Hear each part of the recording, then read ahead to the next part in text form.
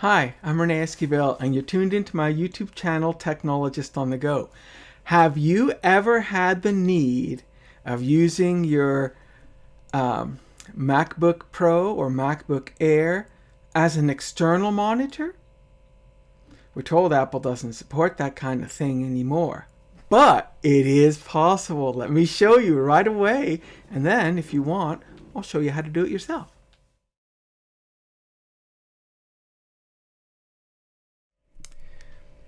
Pictured here at the top is a Windows 11 PC, and here at the bottom is its external monitor. I have them stacked because it's easy to move the mouse cursor from one to the other. So I can just do something here and then drag it down there. I can identify them, and you can see the ID numbers for each monitor. But that laptop acting as an external monitor is, as you can see quite closely, it's a MacBook Pro. Silicone, actually, with the M1 processor. Now, how is this possible? Well, if you want a piece of it, let me show you how it's done. It's actually not that difficult to do. You just need $299 and a PC toolkit so you can open up. No, you don't need anything like that at all. You need $20 and a piece of free software and a few minutes of your time. And an HDMI cable if you don't already have one. But let me get right into what you need.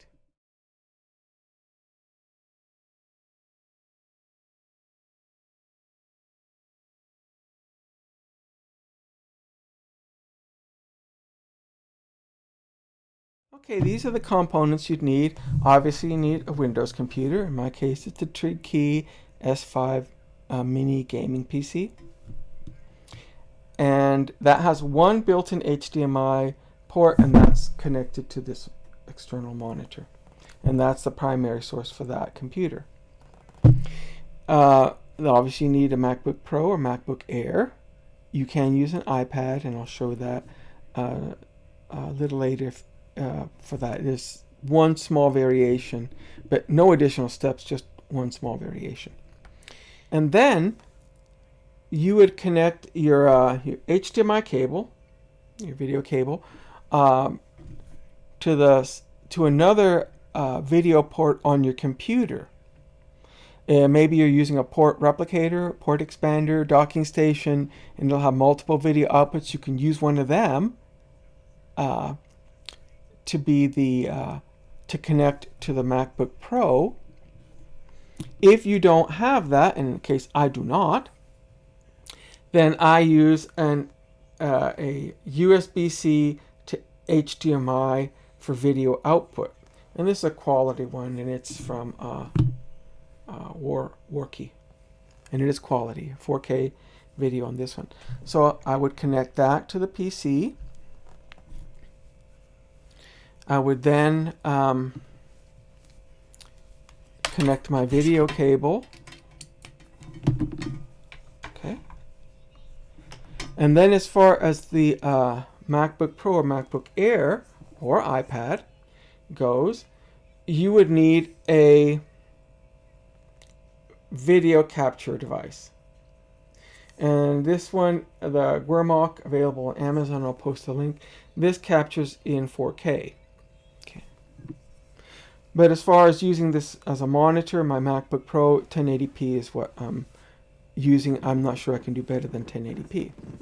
Okay, then you connect your video cable to that video capture device, plug this into the Mac, and your hardware connections are done.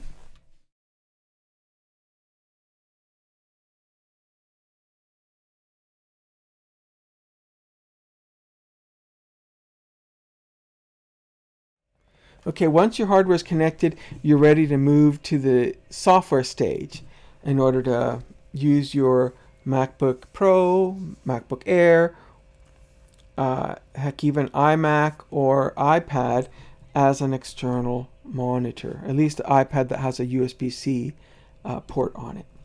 Okay, so let's go ahead and for the computers, not the iPad, you want to download OBS Studio. So let's bring up your Spotlight search, Command Spacebar, type in SAF for Safari, open that up. And in the search field, type download OBS Studio. And the link that you see here, download OBS Studio at obsproject.com, that's what you want to click on. And then you'll select your operating system. Obviously, we're using Mac. And there's two installers, one based on you using an Intel or Silicon. In my case, this being an Silicon with M1 processor, I'm going to select this one. Okay, it's not a very large download. It's downloaded 169 megabytes. Double click on that, the DMG file, and installing it, it's just a drag and drop. The chime lets you know it's done. And at this point, I can unmount that DMG file. And now I can do my Spotlight search, and I'll type in OBS for OBS Studio. And it says open. Go ahead and select that. It's going to say it's an app downloaded from the internet. Are you sure? And the answer is yes. It's got an extension it would like to use for the camera extension to run in the background. Say okay. Let me go to the system settings and make sure that is enabled. And type in my password, and that part is done. Now, there's no source in here, so the first thing you want to do is right here on the plus sign, click on that, and you have a choice of video source. We're going to go with video capture device. And you can give it a name, any name you want. In this case, I'm going to, I'll leave it at video capture device, the default. For the device, in that pop-up, you want to select, let me go ahead and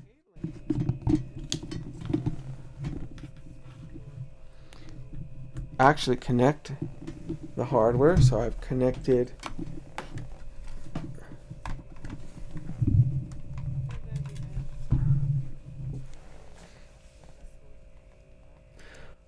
under device, you want to go ahead and select your USB 3 video.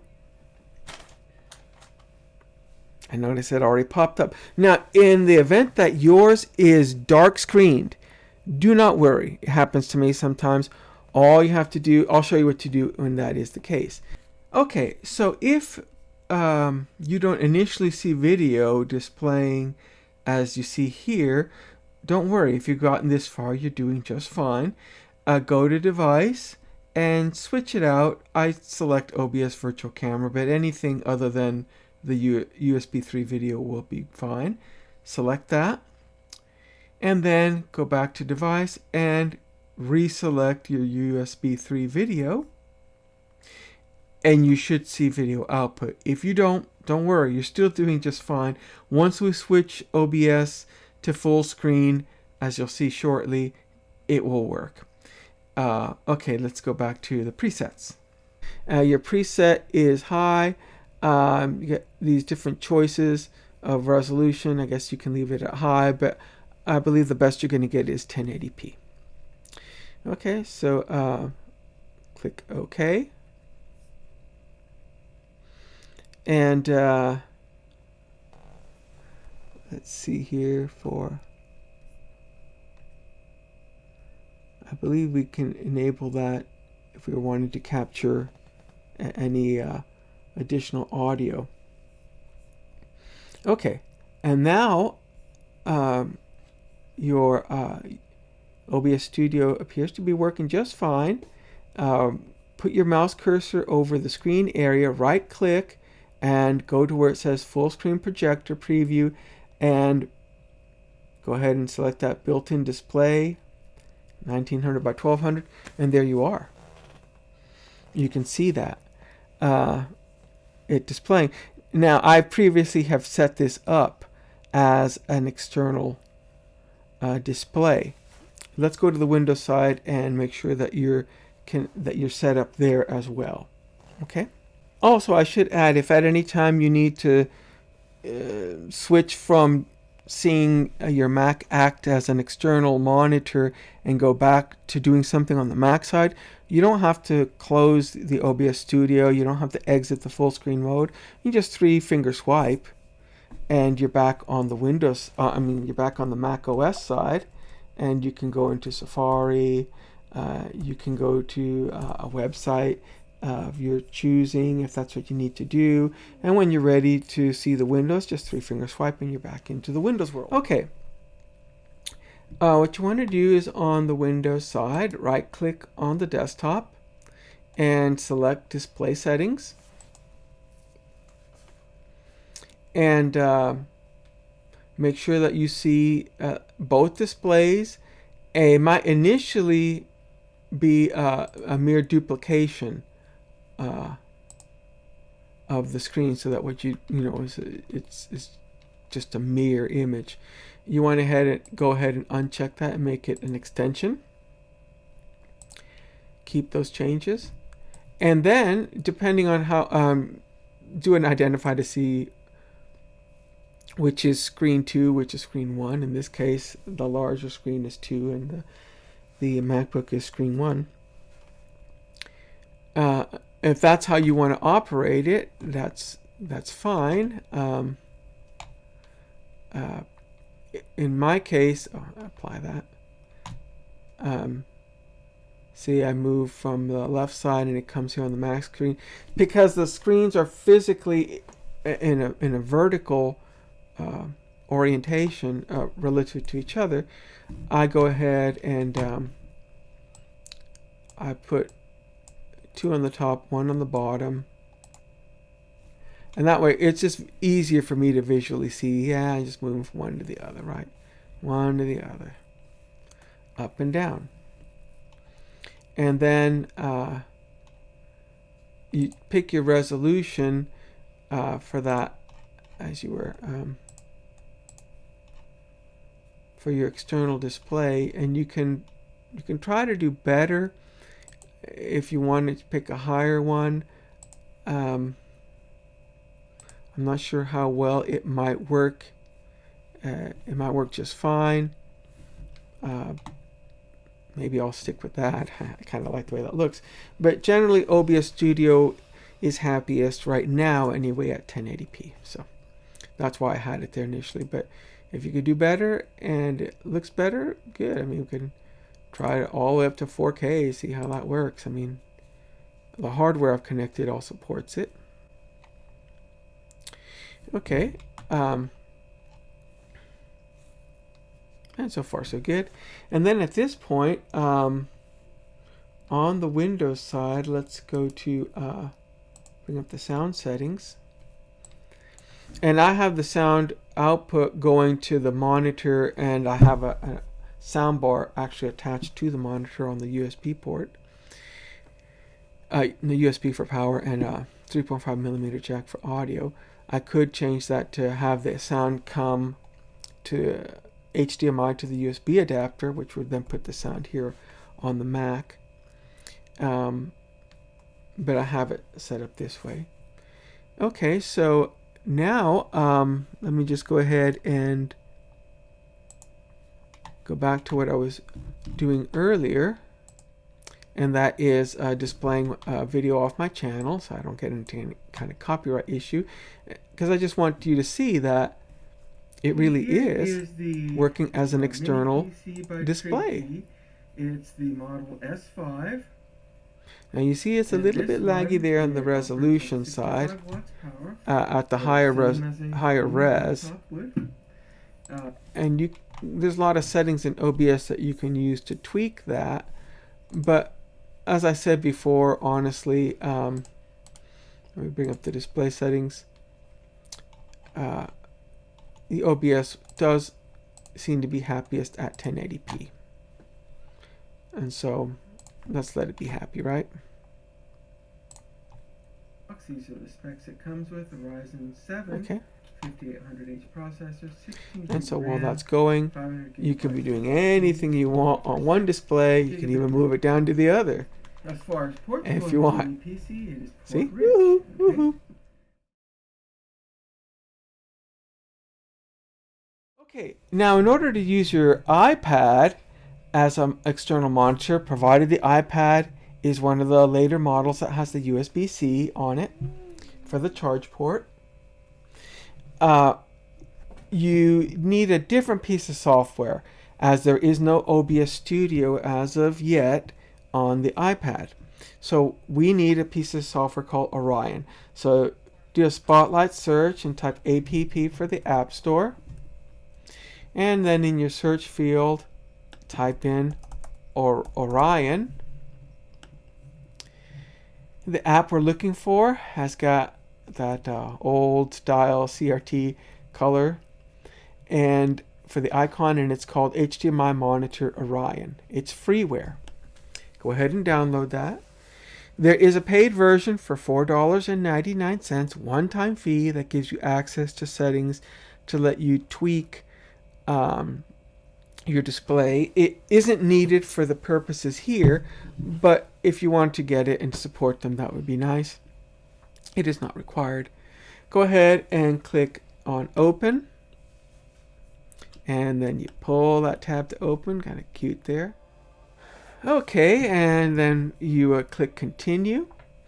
And this is the screen you'll normally be at when you launch Orion. Now the trick to Orion, and so you don't get tripped up, is you do not connect your video capture device until you have launched Orion and you're at the blue screen.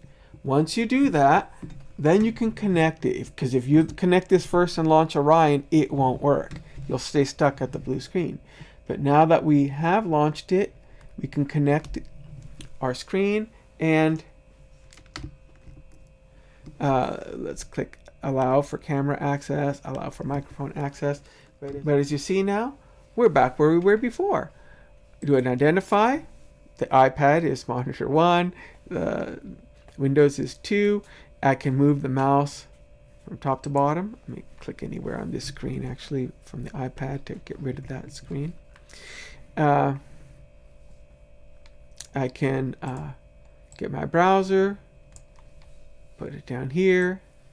Okay, and in this case you can see that I am playing a video, some captured gameplay from the Medium. Actually, it's been quite a fun game to play. Okay, so while that's playing and displaying as a secondary monitor to the Windows system, I can be on the primary monitor doing things. You can even bring the browser down to the iPad screen and then back to the Windows side. There you have it. Okay, so there you have it. There are a lot of possibilities for what you can do with this if you have one of those orphaned Intel Mac laptops or desktop like the iMac. This could give some new life into it. Now, does it work as good as an external monitor? No, heck no, it doesn't. It's not an external monitor. It's got an operating system to run. It's running the application. There's a hardware and software element to this that a monitor wouldn't necessarily have. But it does allow you to do something that you might not have been able to do before, and it can be very useful. I know for myself, there are times I do need to test a computer with an external monitor, and it's nice to know I can use this. So I hope you liked it.